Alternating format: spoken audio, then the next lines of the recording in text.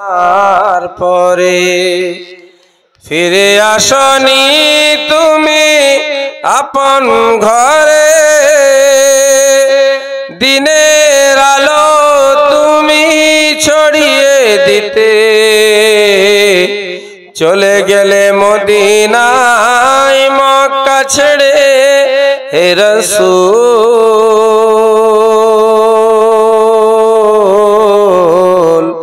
তোমাকে ভুলি আমি কেমন করে হে রাসূল,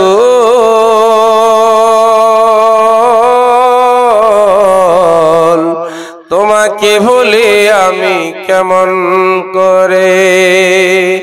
হাজারো ব্যথা বেদনার পরে ফিরে আসনি তুমি আপন ঘরে, দিনের আলো তুমি ছড়িয়ে দিতে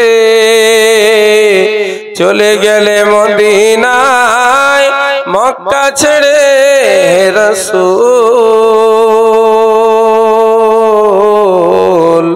তোমাকে ভুলি আমি কেমন করে। খেয়ে না দিন প্রচারের কাজে নিজেকে দিয়েছো বিলিয়ে, তায়েফের কাফেরেরা চিনল না সে আলো, দুষ্টু ছেলেদের পিছু দিল লেলিয়ে।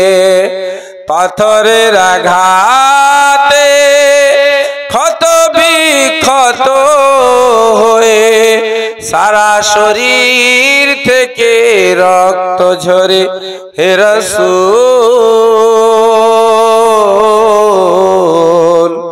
তোমাকে ভুলি আমি কেমন করে হে রাসূল,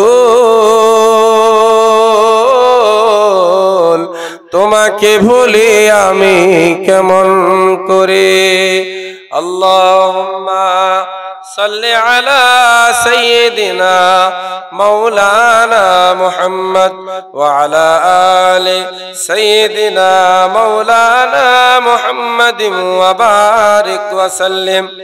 মুসলমান ভাইরা আমার, আমাদের অনেকের আব্বা দুনিয়া থেকে চলে গেছেন, আর কিন্তু কখনোই এই দুনিয়ার বুকে ফিরে আসবেন না।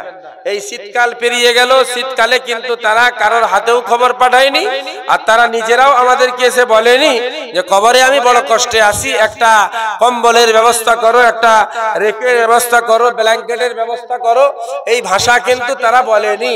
আবার এই যে গ্রীষ্মকাল শুরু হয়ে গেল, গ্রীষ্মকাল শুরু হচ্ছে, এই গ্রীষ্মকালেও কিন্তু আমার আব্বা আম্মা, আমার দাদু দাদি, নানা নানি, আমার ভাই বোন যারা চলে গেছে, তারা কেউ কিন্তু এসে বলবে না আমার কবরে একটা ফ্রিজের ব্যবস্থা করো, আমার কবরে একটা ফ্যান লাগিয়ে দাও, কবরে একটা এসি লাগিয়ে দাও, বলবে না কখনো। সকালবেলায় চা খাওয়ার জন্য 10 টাকা আগে খুঁজতো, আর নাই, চলে গেছে, আর খুঁজে না কখনো।